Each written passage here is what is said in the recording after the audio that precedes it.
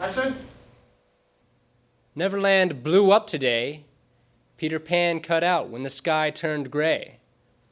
The dust settles, and one thing's clear. It's been just great, but we can't stay here.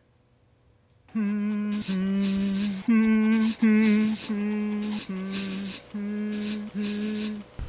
job, Toby. Good boy. Audio not important on this one. Whoa. There you go. There it is.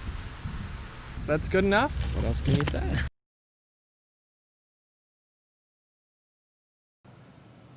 The people of Winnetstown tell tales of a local lore, a legend, a myth, a belief as big as Bigfoot, and it all started with 4 unlikely teens. They went by the name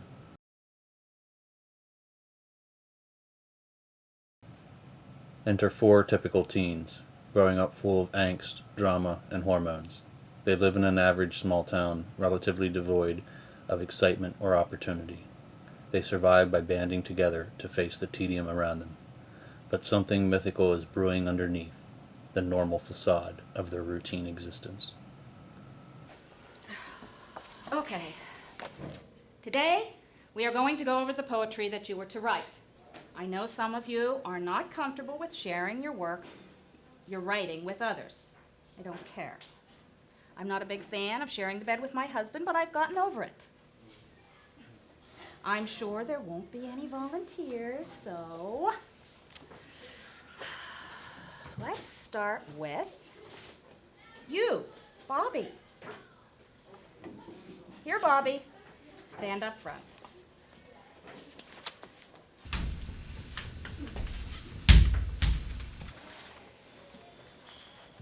It's called a difference. Everyone seems the same. They're just playing the game. And I don't know who's to blame. But that won't happen to me. This is still ours, English, right? On being my own person, I am bent. And to you, this message is sent. Be like me and be different. That was pretty good, Bobby. Jason. We still have time for you yet.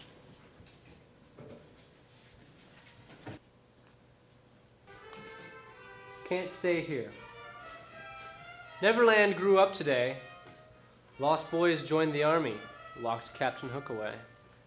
Tinkerbell ran out of pixie dust, and the darlings came down with a wanderlust. That was pretty good, Jason. Neverland blew up today. Peter Pan cut out when the sky turned gray. The dust settles, and one thing's clear. It's been just great. We can't stay here. Still pretty good. I think it was better than that. Like I said, pretty good. Well, Bobby sucked, and you said his was pretty good, too.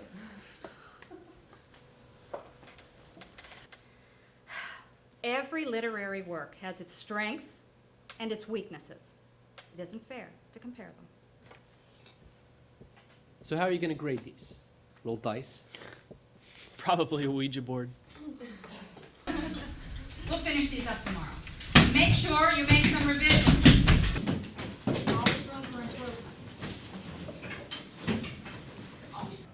The 4 have built a reputation for being zealots for the arts, but they are ill-fated prisoners in a cultural wasteland. Can I just say that was a classic day in English class? What, you didn't like Mrs. Hart's screw all of you approach? Now, come on, guys. We only have a couple of more months here. Just think of that. Or sometimes I swear you're 18 going on 64. And sometimes I swear you're 18 going on 12. As long as you lay off. So what time are we meeting tonight? It's gonna have to be at least 7, because we have to walk. Great. Lori, I like your parents and everything. I just wish they wouldn't act like we're some sort of secret kids club. Come on. They're just fooling around. You know, they got a point, though. I mean, when was the last time you saw a bunch of 30-year-olds running down to an end of the road? A meeting of the minds. Yeah, that has nothing to do with age. It's about passion. You just don't have it. Hey, I have a lot of passion. Speaking of which, But you're gonna find some jocks to hang out with there, frat boy. well, the reason I stay, my dear, is because you are oh so sweet. Ouch. I'm getting a cavity from that look in your eye. I just won't look at you anymore then.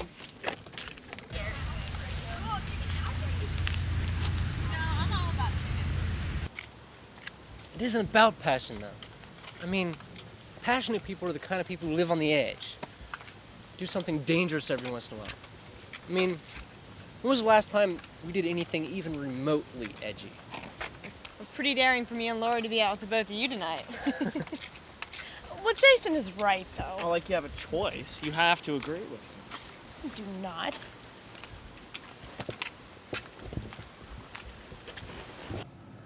They have made a local dead end on the edge of Reynard Park their sanctuary for the art of expression.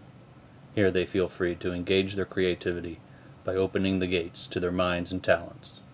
While the teens are not concerned with what others think, suspicion and speculation among otherwise bored acquaintances begins to mount. What are they doing? Sex, drugs, cult, art. Please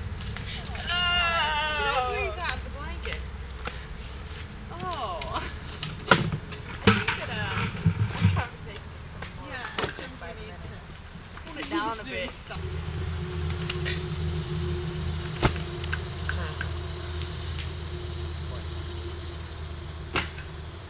Got something? I got a short one. Well, I guess it's my turn. I brought with us a short play tonight, but it should at least keep your attention. Oh, wait, guys. Before we start, my acceptance to Brooke. All right. That's great. Yeah, well, my parents think it's too expensive, but, you know, all parents think that, so I'm not really too worried. So we still gonna room together? Of course. I don't think that's such a good idea. I agree. There's too much beauty in one room. But seriously. I mean, you guys have been friends for so long now. You might lose that if you live together. Oh, please. Heather, there's no escape at college. You can't just ignore each other if you get ticked off.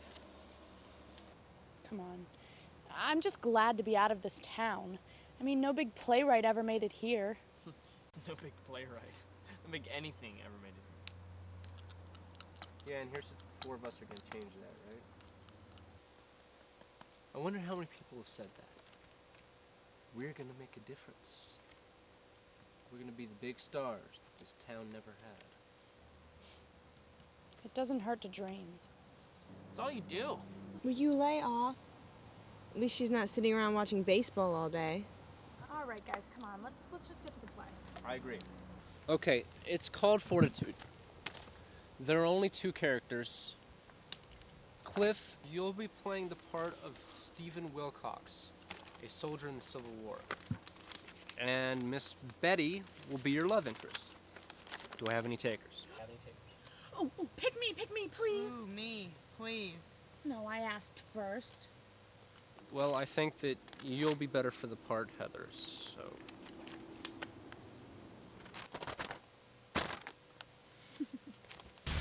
Okay, in this scene, Cliff, you're looking for a place to stay, and you discover the door to this house is open, Miss Betty's house. And she's upstairs and hears a noise in the kitchen, and comes down to see what it is.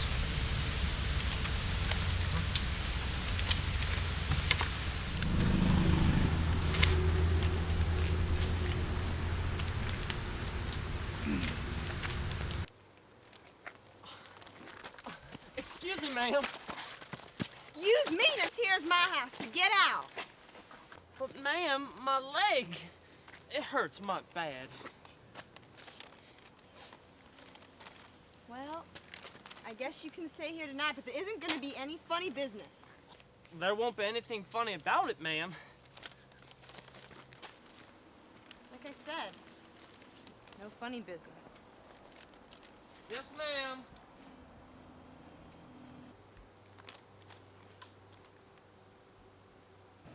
The walls of their small town echo rumors of why the teens frequent the dead end and what may take place behind the curtain of trees.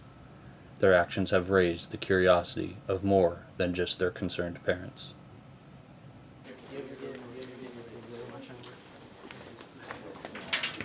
Excuse me, you're Heather, right? Yeah. I'm Jen. I'm a reporter for the Student Voice. Oh, are you Jen Stocks? Yeah! Oh my word! I read your article in the Key Club. It was really, really good. It was hard hitting. You must work for the Times or something. Oh, well, thank you. Wait, what I wanted to know is you're part of that group that meets at the end of Markland Road, right? You mean the Dead End gang? Yeah, well, we're doing a series of articles on what students do outside of class, and I'd like to do one on your group. Really? Well, I'll have to talk to the others, but I believe it shall be done. Oh, okay, great.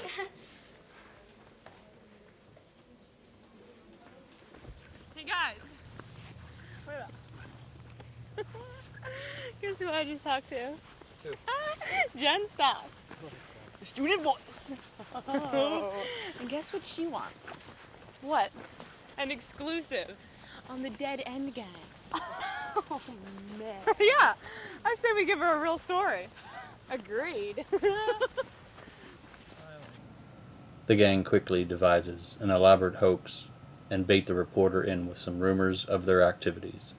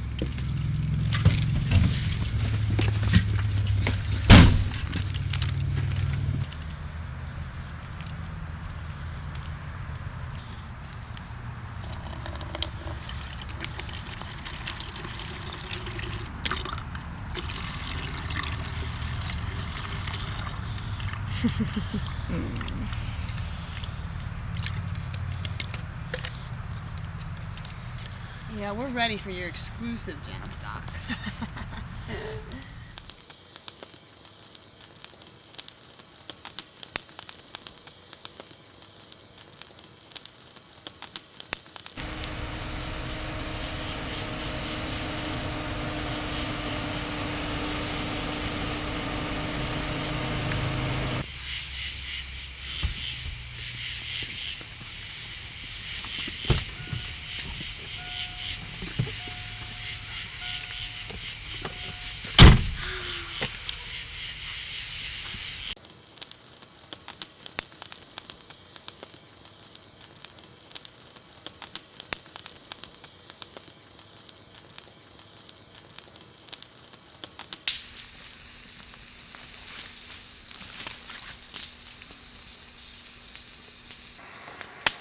Children of the moon, may the spirits be well with you tonight. Now let us attend to our duty as we have been called by the great god Dead Endishi. Now who has an offering for him? I do your endness. The sheep. Very well, although not the human stew normally offered, it shall do.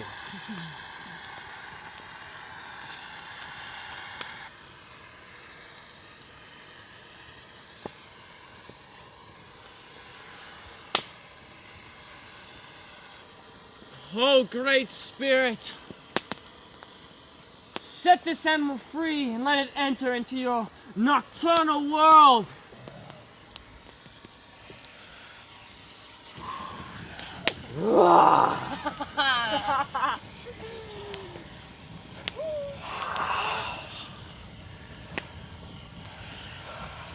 Ah! There's the sign we've been waiting for! Come, children, into the woods! Dead Endishi has shown us the way! Come!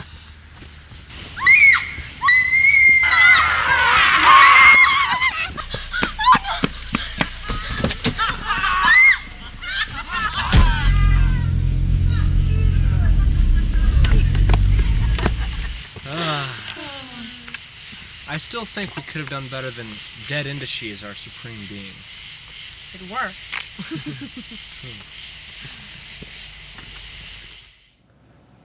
The hoax only attracts more suspicion about the gang's activities as the rumors spread further and become more elaborate.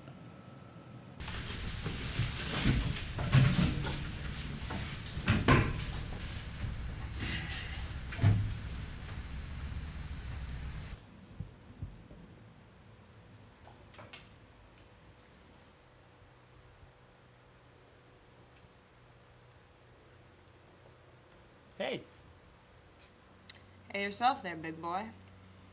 you know, I sit here every day, but I don't think I've ever really seen you before. Well, I won't be looking in the personals then today, will I? You know, a lot of girls find me attractive. I don't talk to all of them. But here I am, talking to you.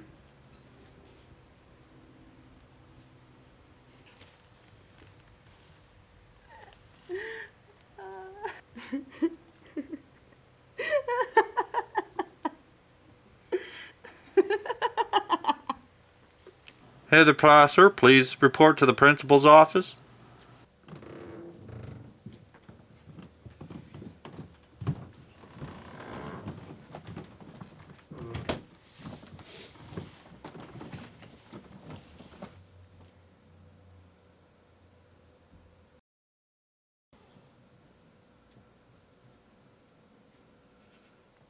I've never been one to care about what you kids do outside of class. You have your own lives, and usually you can do whatever you want.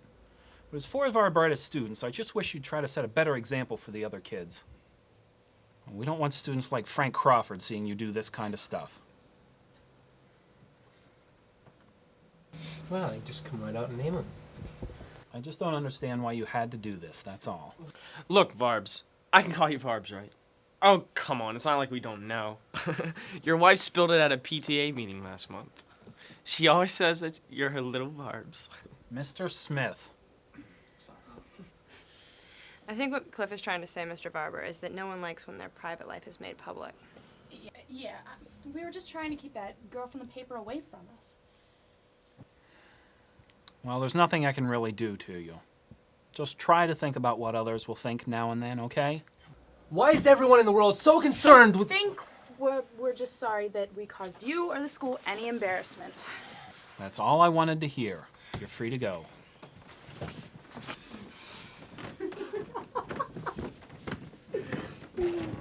Thanks, little Varbs.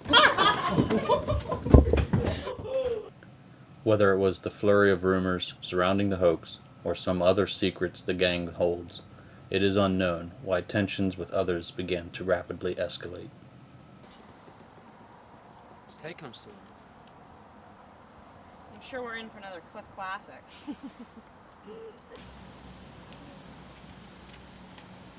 Hey, girlfriend.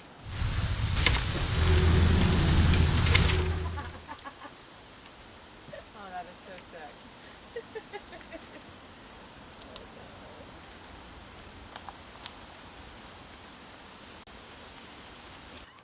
Oh, that's sick. All right, this is the first day at the Montgomery School for Girls, and I just happen to be there. Lori, you're the headmistress, and Heather, you just happen to be one of my classmates.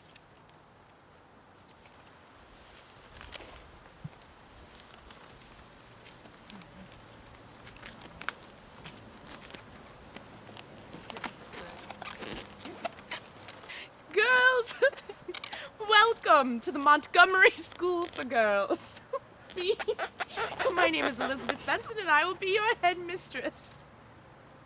Oh, it's going to be a wonderful year.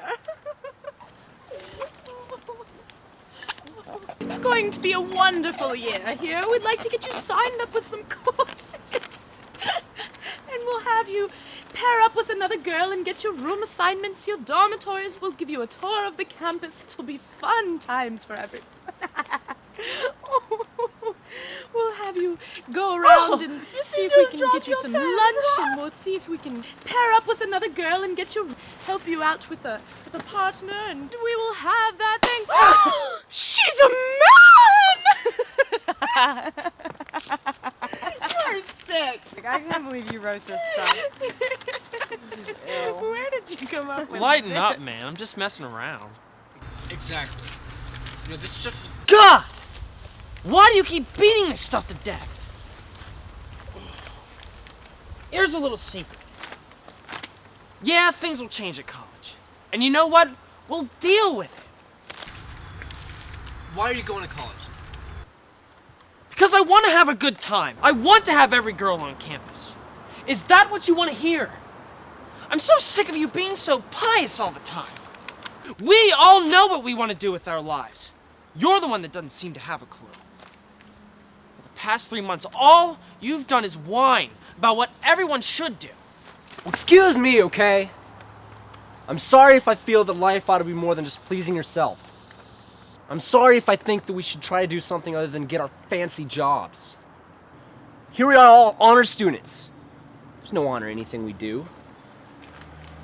I think we're too cool for the drama club, so we come here and put our crap for each other.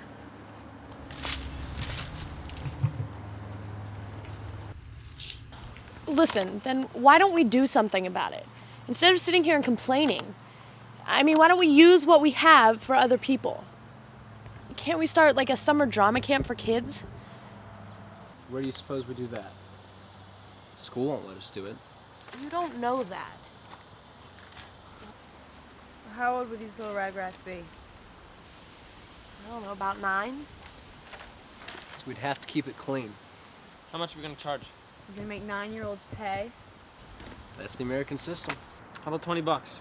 5. Can we have it on weekends? No, that's the time I have to study. What? You already know you're going to graduate. Why bother? Maybe she wants to learn. Jason, you know that's not possible here. You remember what happened to your poem. We can't learn here. It's the same crap since 9th grade. Alright, well, I say we go up to the park. All right. Jason, you coming? Probably not.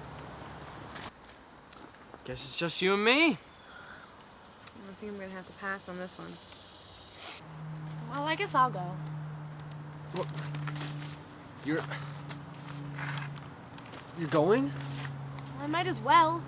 Can't study on weekends. I don't anyhow. Well, Why? it's just... I thought we could go eat somewhere. Oh, isn't that cute? Heather and I will be chaperones. Just try to have a good time and not be so grumpy. Why does everybody think I'm so miserable? I've just got a lot on my mind. Come on, you know I do too. Let's just go to the park and unwind, you know, like the old days.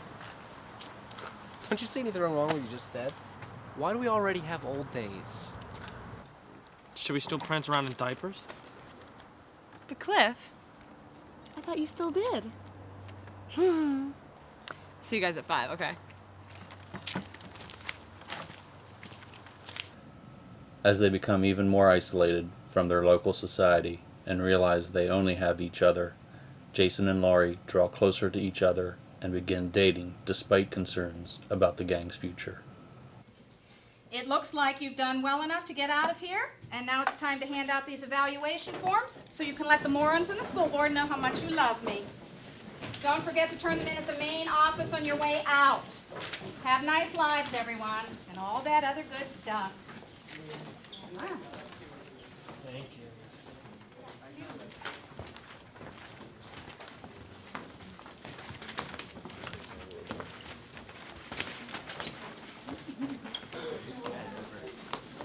Guys, if we don't do it now, we're gonna regret it.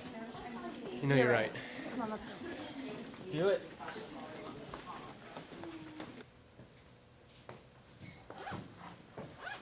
Mrs. Hart. Yes. Well, we were thinking of starting a summer drama program for kids. Well, Well, that would entail some sort of advisor. We thought you could be some sort of advisor. Oh, I see. Well, I really don't think you can do that. You certainly can't do it in this building. They won't let you come in here in the summertime because of insurance concerns. Maybe somebody at the elementary school could help. But you can. Frankly, It sounds like more trouble than it's worth. Yeah, I guess it would be too much trouble for you. I'm sorry we even asked.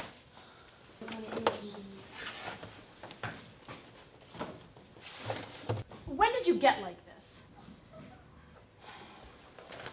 Laurie, just go. I already said I'm not doing it. When did you stop caring? I mean, when did this just become a job for you?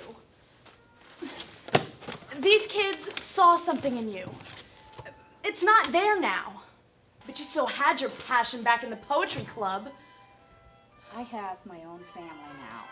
I have my own children that I need to take care of. And who's teaching those children? Is it somebody burnt out like you? Somebody who doesn't care anymore? Lori, Lori, come on, it's time to go. No, we need to go. Come on. Over the last few months, the gang has become used to being further isolated, rejected, and ignored by locals who are concerned about their activities and proclivity to anger. An important milestone would pave the way for even more change.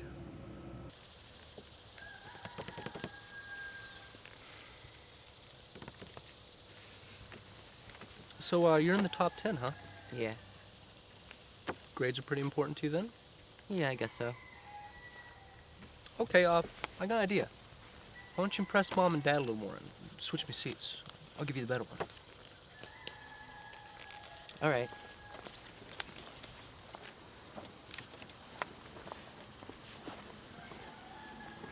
Nicely done, Chief. Yeah, that was pretty slick. When do we get to see the old movie stretch tactics?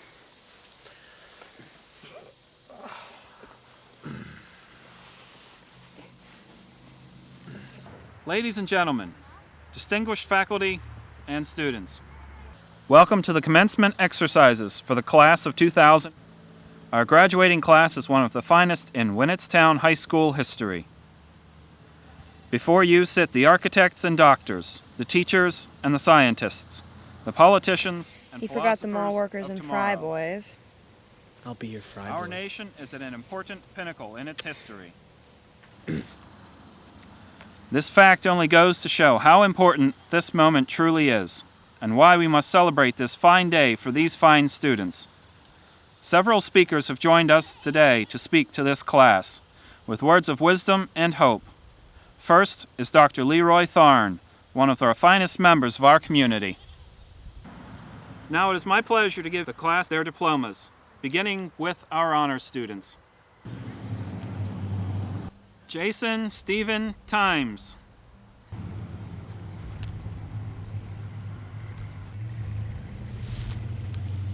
Lori Elaine Hunter.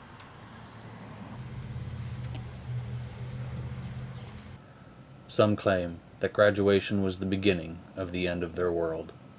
The events surrounding the summer after their graduation are even more shrouded in mystery.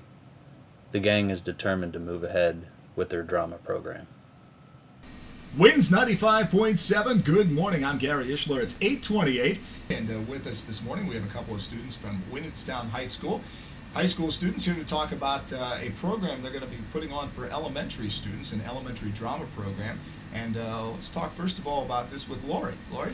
Well, we're going to be starting this Sunday. We're going to do just inviting kids in elementary school out and teaching them about drama and getting them in with the costumes and the makeup, and for about 2 hours a day. So how elaborate are you going to get with this? Are they going to be doing Shakespearean plays or anything Probably like that? not just yet. We're going to do just some basic acting skills. Stage presence is going to be a big thing. So. Now, do you have costumes and makeup and that sort of thing for them? Yep, we're going to have different stations we set up for them and just take them around and show them everything there is to know. What types of things will they be doing? Well, one of the things we're going to be doing is a mime. We're going to be teaching the kids how to do mime. We're going to bring out makeup and costumes and just teach them, everything there is to know about drama and the skills of acting that a 5-year-old would need to know. When is all this going to get started? Well, we're doing this Sunday at 3 o'clock. Have kids come out and sign up. Try to be there a little early so we can get them all signed up and everything. It's going to be about 2 hours, 3 to 5 we're going to do it. Just see how it goes. Going to try start out and just teach the kids all there is to know about acting. This will be a little bit of an introduction for them. So if you have any budding Tom Cruises out there or Meryl Streeps, this is how they get it all started, right? Of course.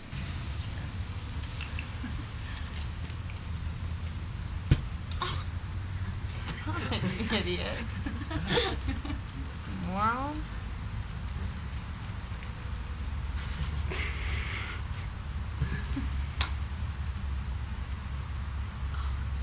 Got a wind tunnel over here. Cliff, do it again. I'm gonna punch you. Cliff, get off me. He's an idiot. Come on. We all knew that, but Mind your way. Cliff. Hey. Cliff. No, you're not. Do it again, Cliff. I'm dead. Brat. Alright, you stay over there. Again. I'm never gonna get anything done with him. I'm fanning. Yeah, You bet can you just are. sweat off your foreheads. Can you hand me that green? Big help there, Cliff. You're welcome. I'm gonna be a man.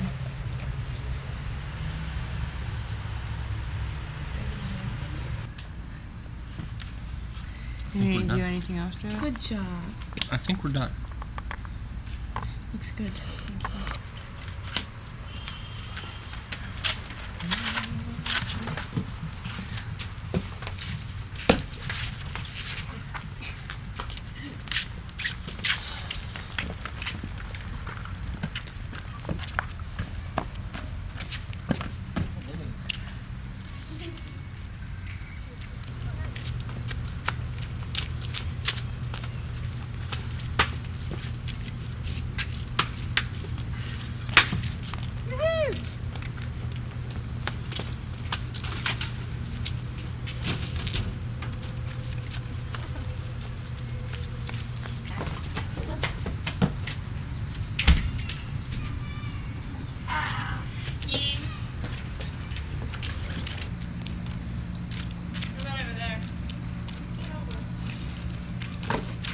You brat! Good job. What are you gonna do with this thing? Alright, I can deal with this.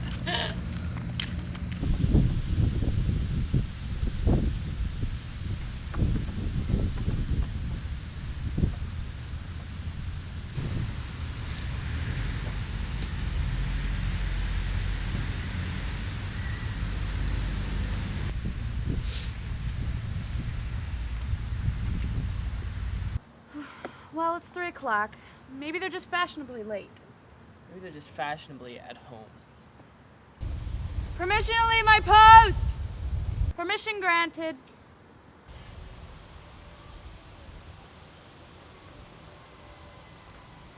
We should have known better. It's a Sunday afternoon. We're competing with NASCAR. Hey, Paul, mind if I go to the theater class? Boy, you crazy? Jeff Golding gonna win the big one today. Well, you know, at least this frees up my weekends. Look.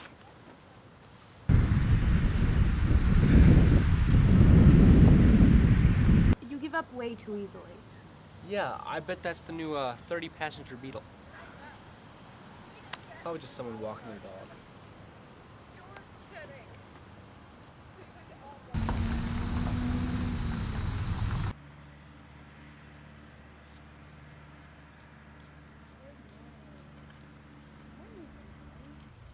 Hi there. Are you here for the drama class? Yeah. What's your name? Holly. Holly, did you drive yourself? No. Well, who drove you here, Holly? My mom, she wanted to get some schoolwork done. Another teenage mother. Hope you're paying attention. Holly, is your mom in school? No, she's a teacher. What's your last name? Holly, do you know what your mom teaches? English. Well, let's go over to the H table and get you signed in, okay?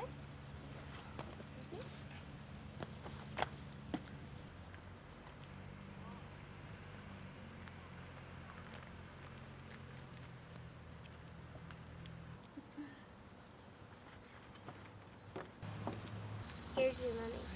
Holly, what does your mom think about you coming here? She said that I've had lots of fun because you guys have lots of spunk. You know what? The first one's free. Don't worry about it. So what do we do now?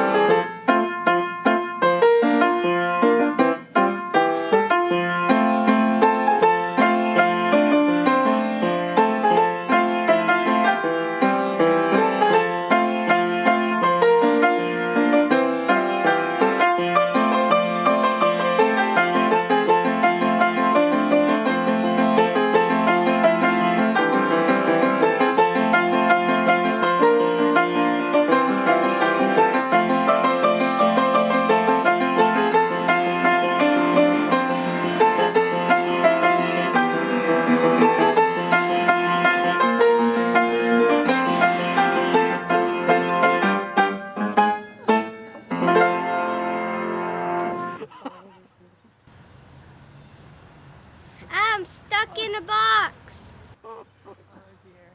How can anybody help them if they can't say anything?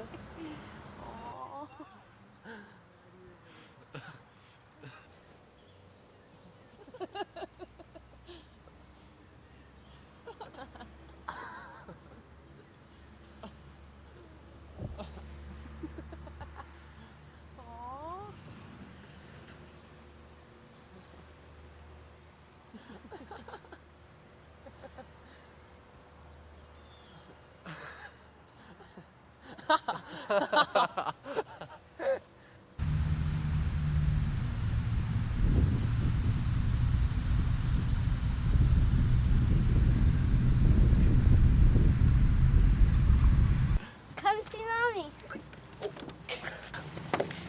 Come on.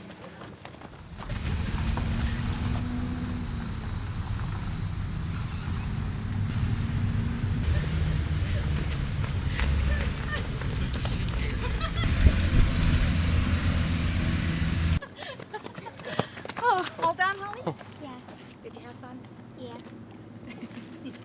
We really appreciate you bringing her. It meant a lot to us. It meant a lot to me, too. You guys got me to thinking about where I was headed and where I am now. I want you four to do me a favor. Don't let this town swallow you up. Get out of here. Don't let your dreams die for the sake of convenience. Keep your passions. Never let go. Because once you do, you don't get them back. Are you ready to go? Mom, can we do this again? Well, honey, we can come back next week. Well, actually, she was the only one who came, so I think that's about it for this. Well, I guess that's it then. I wish we could have. I mean, if this had just happened back in September. We know. We know. I'm sorry for the way I've been.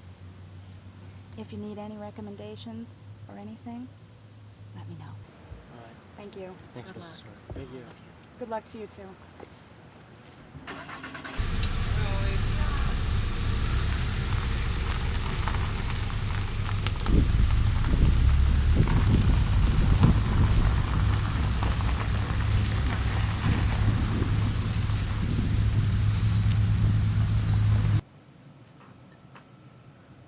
After experiencing the failure of their drama camp due to the lack of interest in the arts from local residents, they become jaded as their dreams wilt under the hot reality of real life ahead.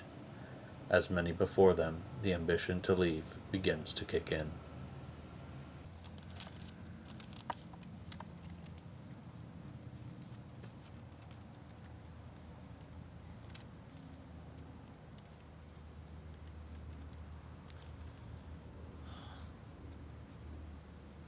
I think it's about 7:15. I don't think she's going to make it. Why was it so important for us to be here anyway? You're not getting sentimental now, are you? No. Big announcement? An engagement, maybe? No. You're the president of Mensa? Look. You guys can't say anything to Lori until I have a chance. I'm leaving. You picked a school? No, I'm not going to school. I'm going to Honduras. What? It's a volunteer group.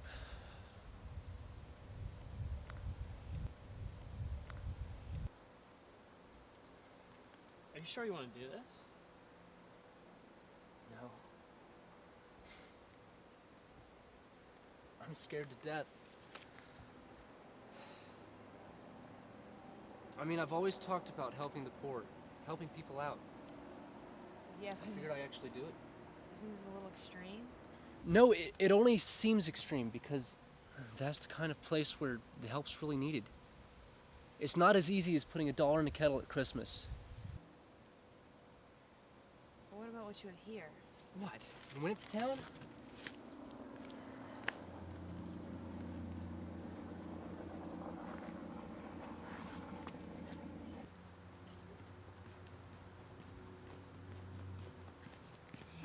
I'm late. Took a little while at the restaurant. So, what were we talking about?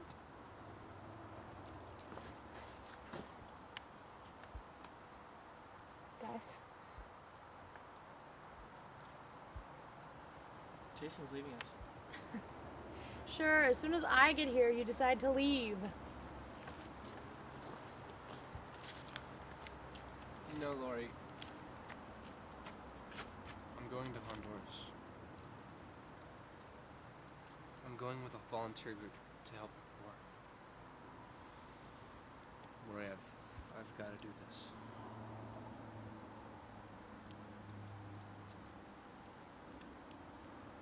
When do you leave? August 12th. It's not that big of a deal. You guys will be leaving in a few weeks for college. How long are you gonna be gone? A year?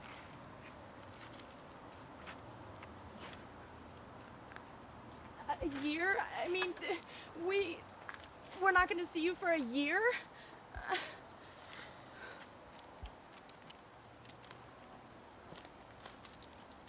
Come on. Let's go for a walk. Oh my god, this is gonna kill her.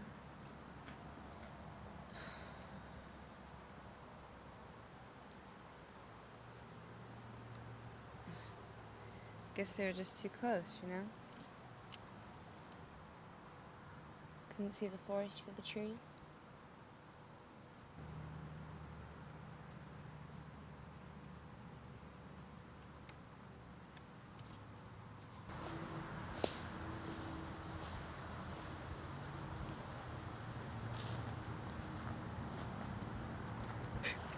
Lori,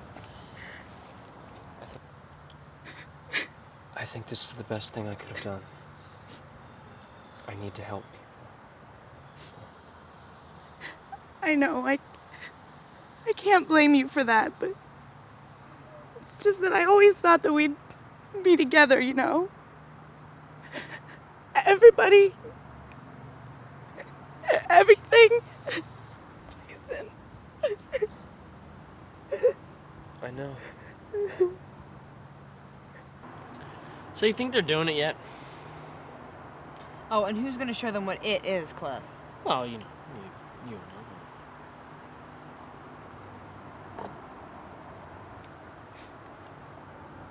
So, have you ever been in love? Nope.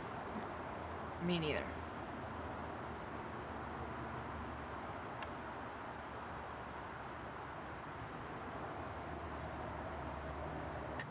Everybody, everything. Jason.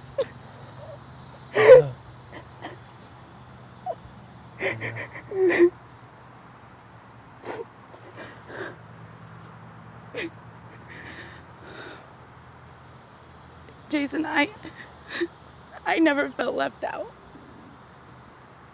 When I missed the prom, I was with you. And I didn't miss the senior dinner because we were off doing some dumb little play. But now they're gone, and now you'll be gone too. Oh, Jason.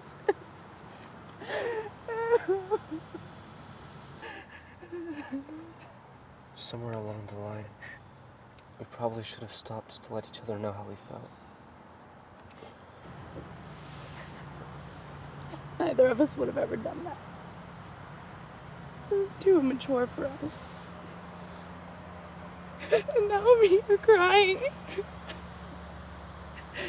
Jason, I love you. I love you too.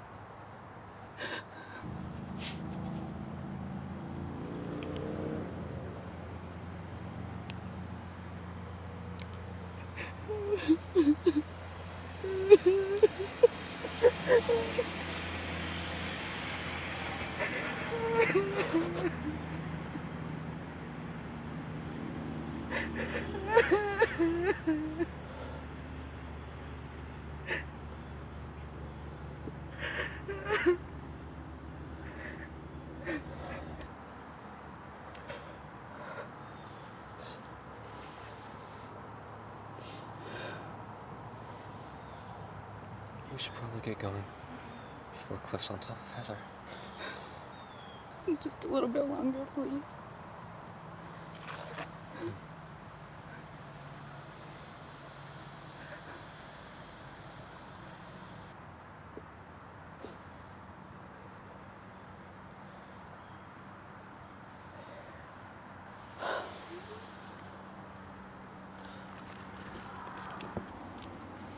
Okay.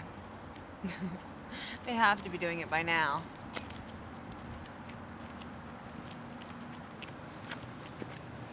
Anyone else have any more bombshells to drop? Great! Then let's get to tonight's stunning piece of play work. Play work? Please, it's a phrase. Why don't you go help some third world kids or something? Fine, I will. All right, kids. Tonight's play is called Pride and Prejudice and Adaptation. Now, what I actually did was I took Jane Austen's novel and I placed it more in modern times. The male lead has been changed to a worker on Wall Street. The female lead is a waitress in more of a rural area of New York. Now, in this scene, Cliff, you'll be playing Joseph, who is leader of an executive in a corporation at Wall Street. And Lori, you will be playing Elaine, who's a coffee shop waitress in a cafe down on a small street in New York. Now, he's coming in to get lunch, and you are walking around with coffee and you spill it on him, and that's how the two of you are going to meet. Okay?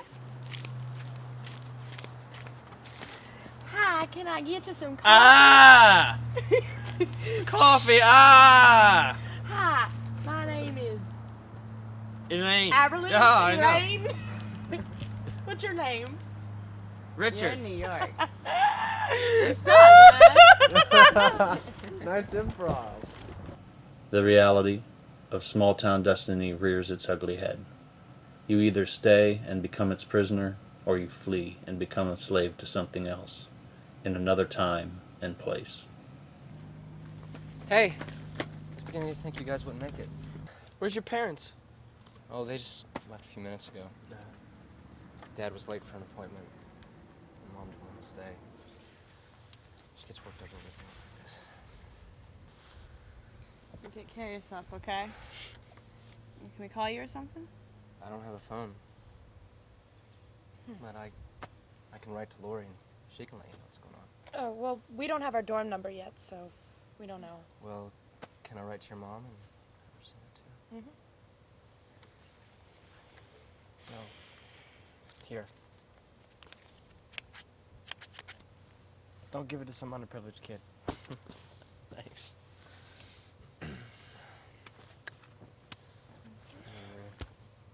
Good luck. Hey, I want to be at the wedding. All right.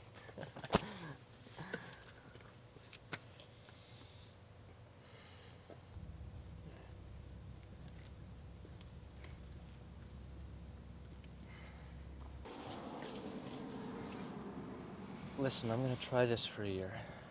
And when I get back, if college is where I decide I need to be, I'll be at Brooke.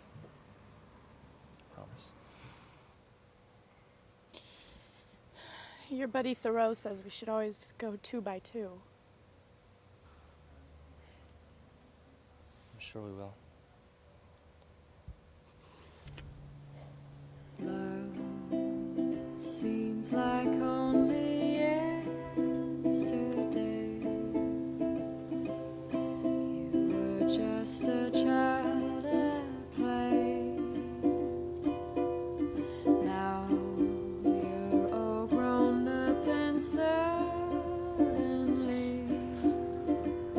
oh, how fast those moments flee. Once we watched a lazy world go by. Now the days seem to fly. Life is brief, but when it's gone, love goes on and on. Life is brief, but when it's gone, love goes on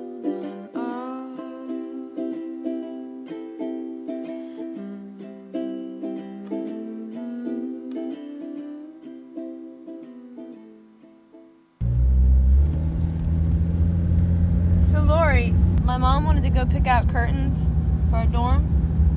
Do you want to go? Yeah, that's fine. Whatever. Okay.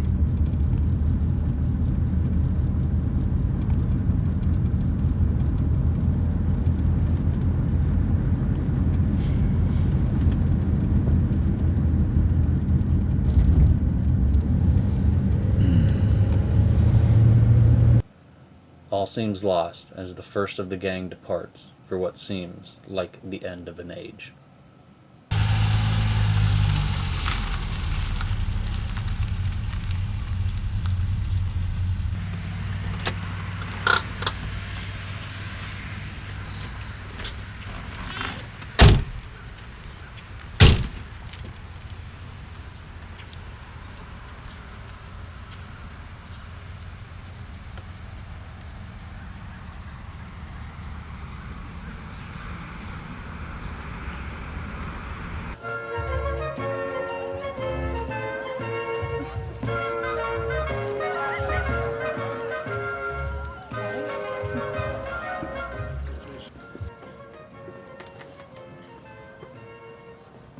This place is really nice. It's not the pizzeria, but it'll do. So, when you go off to Snyder, what are you gonna look for in a woman? Breasts. Cliff. Oh, no. I know you're not that shallow.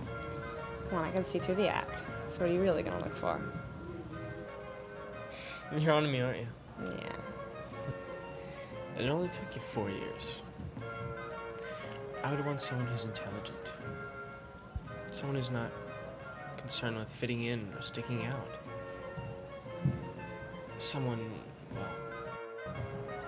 Someone like me?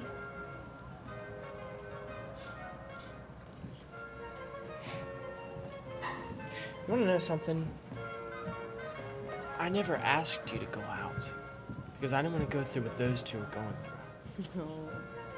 I mean, Lori's torn apart now. I see. So your love for me was so deep that you didn't want to express it for fear of hurting me. That's sweet. Well, why didn't you ever say anything? Same reason.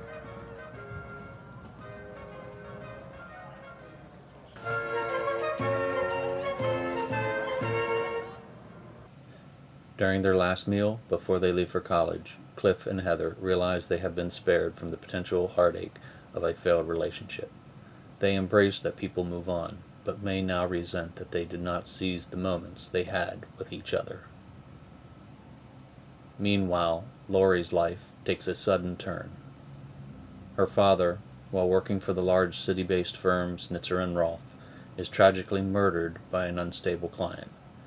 Lori's plans for college get put on hold as she stays home to help her mother. With her friends gone, and their attentions diverting towards new circles, Lori reaches a new low.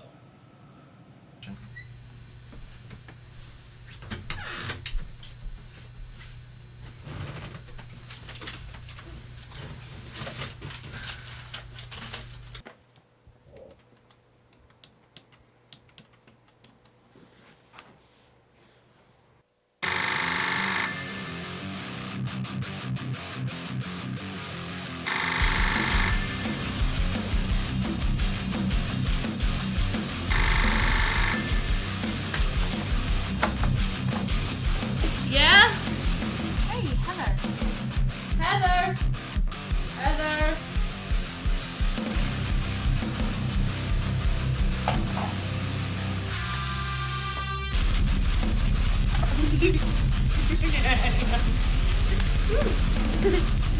Hello? Hey, Heather, it's Laurie. Hi. How are you? Fine. Guess who I got a letter from today? Becky, what are you doing? I'm sorry, what did you say? Nothing. I got a letter from Jason. Oh, how's he doing? He's fine. Of course, he still doesn't know about my dad, and he thinks that you and I are still really together. Yeah. Gosh, you two. Oh, I'm that glad he's doing really good. We should get together whenever we get back. Listen, Heather, I need to go. I have to work tomorrow. So much for passion, huh? Oh, yeah. Forget it. Listen, I'll talk to you later. You know my number.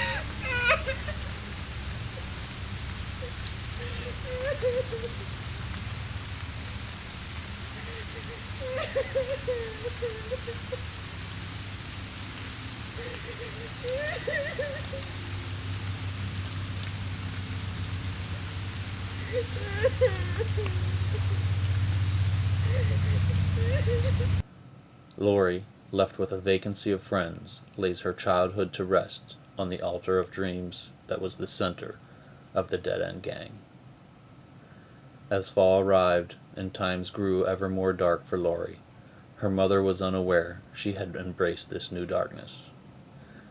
Heather made good on her promise and returned for the annual Fall Fest. Cliff also made the effort to return for the event. Even more surprising was the brief return of Jason, due to the donation from an anonymous benefactor, who arranged his flight home to receive an award for his submission of poetry to the festival. On the afternoon before his return flight to Honduras, they held one last mysterious meeting.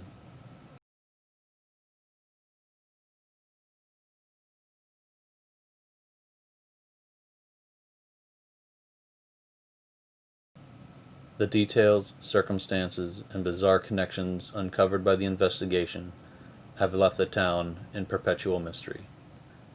There's a lot of gaps in the story, and people get imaginative. They fill in the gaps with speculation, which leads to conspiracy. While the teens were known to spend time walking in the stream, it was unlikely that they would do so in October, nor were there any records or any signs that the deaths were caused by a natural disaster. The crime scene investigators found evidence that would lead them through a maze of bizarre and twisted small-town secrets. The first mystery was the DNA collected from the bodies. Investigators found lipstick on Cliff Torrey's body, indicating intimate relations. They also found Cliff's little black book, with several names added recently. After following up with names in the book, they discovered Cliff had spent the night with Alicia Meadows, whom he had met the previous summer. I remember last summer when we came up here. Oh, don't start. That turtle? I grabbed onto your toe and you were bawling like a baby. Yeah, well, I seem to remember a story from last summer, too. There we go. You chasing a girl around for hours until her dad finally had to show up. She was helping me pitch my tent. Well, she was. She just didn't know it. Hey, don't you remember, Lauren? What's wrong? Oh, Nothing, I wasn't here. I forgot. Hey, maybe we should get going, guys. Yeah. I have to work tonight anyway.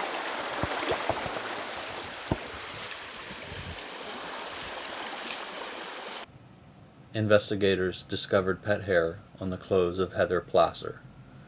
Having no pets, the hair was traced back to a local pet shop she had visited earlier in the day.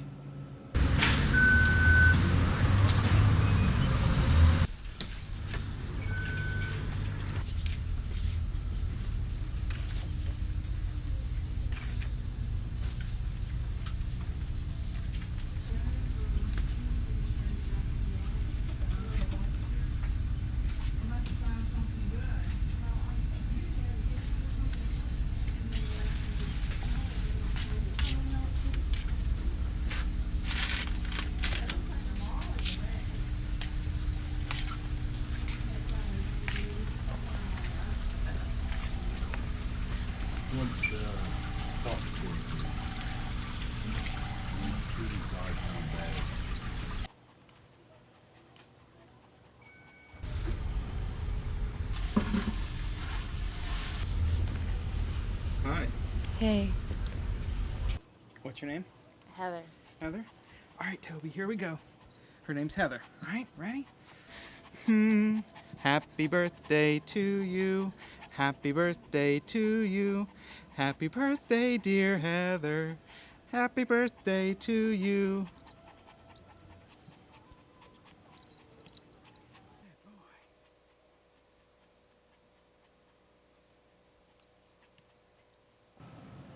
At first, this seemed like a mere coincidence, but after the Placer family submitted Heather's journal to investigators, it was discovered that the local pet store was a secret drug front. Heather alluded in her journal to frequently going to the store to hear the dog sing.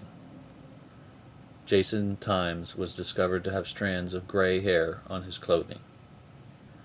After an interview with his parents, who also handed over Jason's journal, it was mentioned that Jason frequently assisted an elderly neighbor. Hello, Mrs. Edie. Hi, Jason. Nice weather today, huh? Yes, it said it was going to rain, but I don't think it is. I don't think it will either. What are you up to? You'll never guess. I'm putting in a fountain. Oh, wow. Yeah. You know, Paul always loved fountains. And I think he'd love one right here. Well, can I give you a hand? Oh, you sure can. Ooh.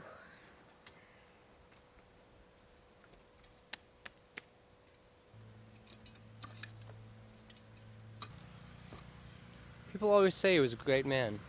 Yes, he was. He served his country well, and he never stopped serving Winnetstown. He was a good man.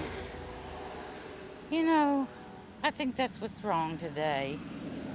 I bet there's not another kid helping somebody out on this block. You know, that's important. Don't forget it. Thanks, Mrs. Edie. Investigators found that Jason secretly received a major inheritance from Mrs. Edie's late husband. Mrs. Edie, unaware that her late husband had secretly accumulated funds in an offshore account that was later designated as a part of a separate will he had set up. The connection between the two men and Jason's motive for continued involvement with Mrs. Edie are shrouded in mystery. Jason's mother denies the standing rumor that he was the result of a secret affair between her and Mr. Edie.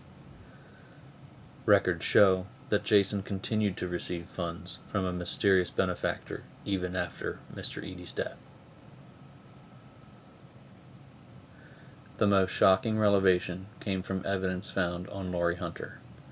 Fingerprints were found on a business card from Equestrian Stables with the note, 11 a.m., Stable 23.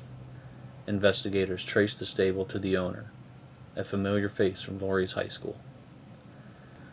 Her journal confirmed that the two had developed crushes for each other, and that their growing tensions eventually culminated in a secret affair.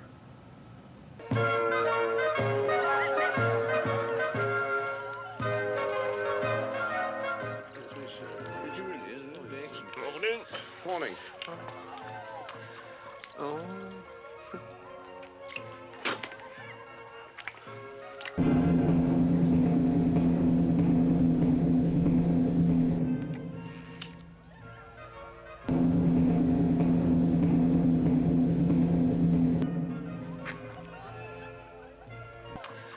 Oh. Can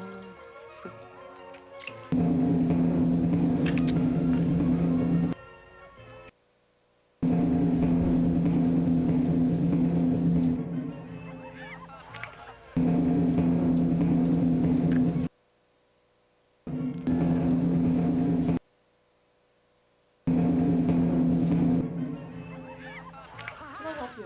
Yes, I'm Lori Hunter, and I got a note to come down and see the guidance counselor. Follow me.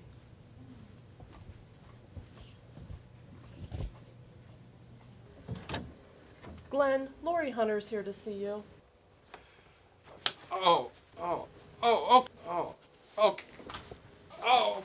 come on in. Oh, have a seat here. I'll get this. I'll get this. It's okay. It's all right. I got it. Let me get this for you. Let me get this for you. Jeez. It's all right. Oh, well, let's see. Oh, well, let's see. Well, I want to congratulate you on your acceptance to Brooke. Thanks. Hey, you had a 1330 SAT score. Not bad at all. No problems at school. I'm not surprised. Brooke's a great school, but you do know how expensive it is, right? I see here it says your dad works only.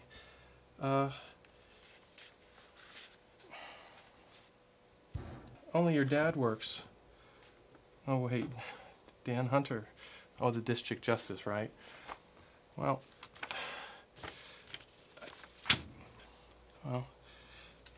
Brooke's a great school, but you know how expensive it is, right? Well, the reason I bring it up is because there are a lot of cheaper schools, you know, like Snyder you might want to think about. That type of school isn't for me. It's not my style. I want to go to something small. I'm not just a number there. Like here at Winnetstown. It's small, and I'm gonna get a job to help pay for it. Well, that's good.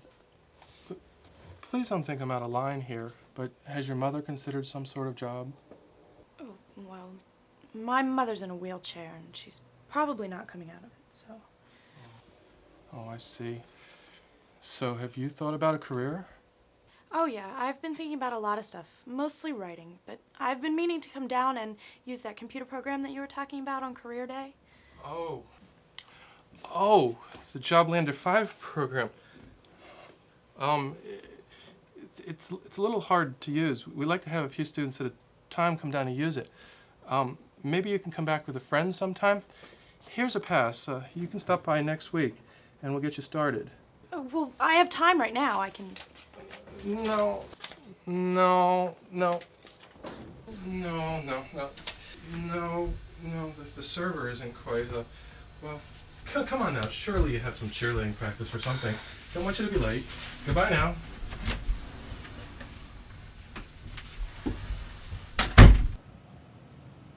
Glenn did not deny the affair and was forced to resign from the school with a severance package.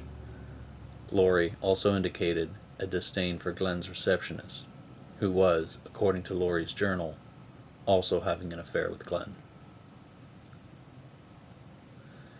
Heather also, for reasons unknown, shared this disdain.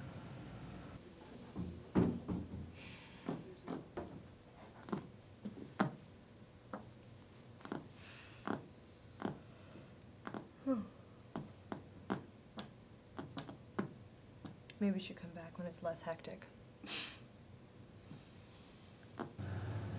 While creating new curiosities about the deceased teens, none of the leads seemed to be connected to the deaths.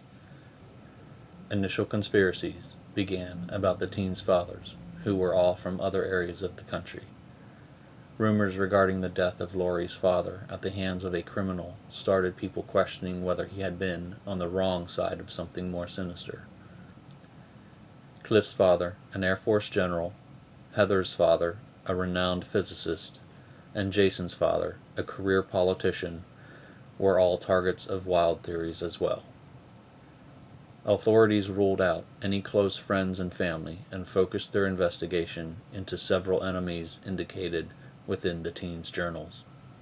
The first documented and most public enemy was their former teacher, Mrs. Hart. The teens were openly critical of their teacher, and Lori engaged in a confrontation on the last day of school, which was reported and documented by Mrs. Hart with Principal Barber.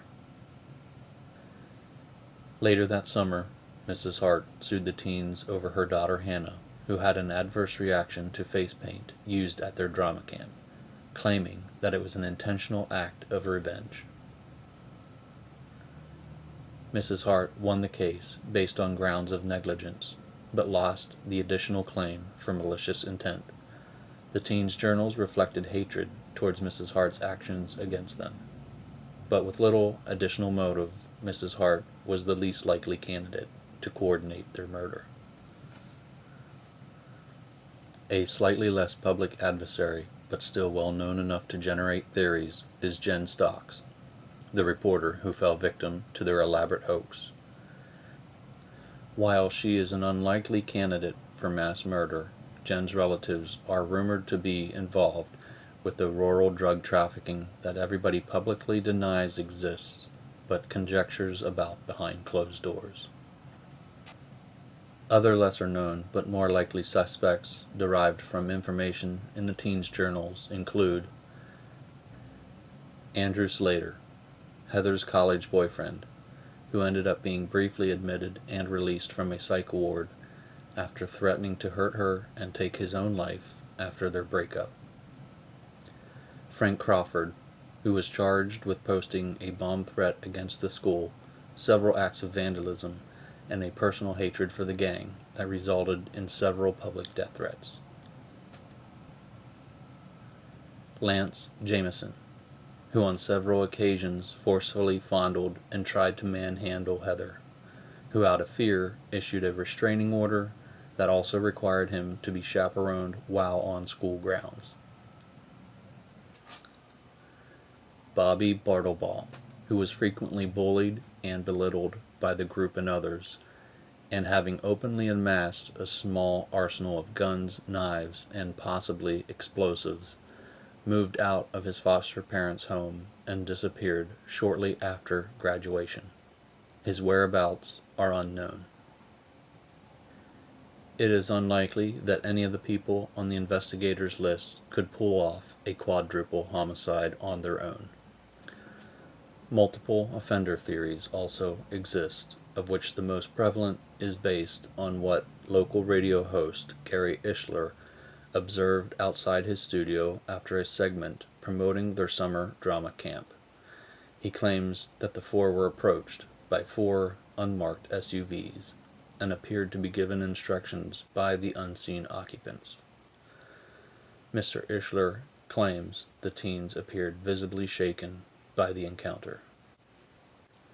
Other theories include everything from the gang committing cult-related suicide all the way to angry town mob theories that involve the town trying to rid themselves of local witchcraft, and several other fringe or fantastical inventions of the imagination. The explanation, generally accepted to be true as put forth by local authorities, was that the teens were struck by a vehicle along the road, and their bodies dumped in the reservoir, where water removed any evidence of the vehicle that struck them. The conspiracy rages on, fueled by the fact that the coroner would not sign off on the cause of death. He was quietly put out of office. Supposedly, the unknown perpetrator of an unknown vehicle is still at large. With no real leads or actionable evidence, the case grew cold and became a victim of the town's self-fulfilling prophecy. As the investigator on this case, I can't tell you how heavy of a burden it is to see a case go unjustified only to be distorted into local hearsay and gossip. Small-town cases are harder than you think. The gossip doesn't help. People only get pieces of the picture and let their imagination fill in the rest. I've seen it a countless number of times, and I come from a town where there's only a couple hundred people. The people of Winnetstown continue to live under the cloud of an unsolved mystery, a legend, a myth, a belief as big as Bigfoot, a conspiracy, an enemy that is unique, unknown, and all their own. They call their captor. Investigator Todd Rosinti, signing off.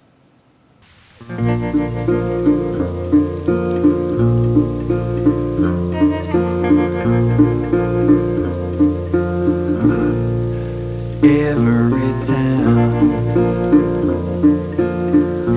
has its ups and downs. Sometimes ups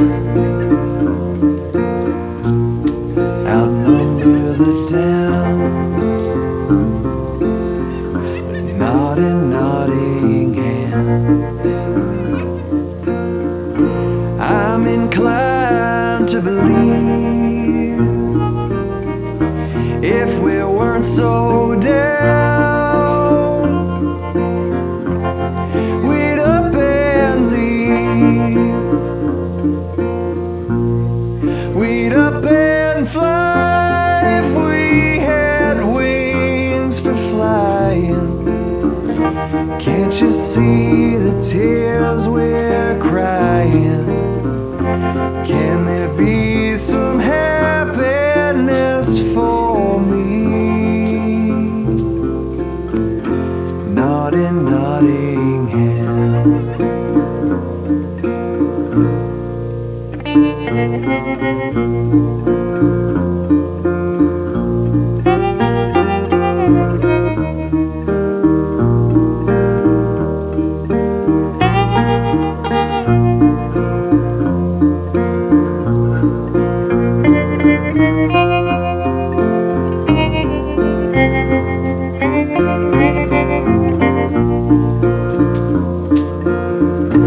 I'm inclined to believe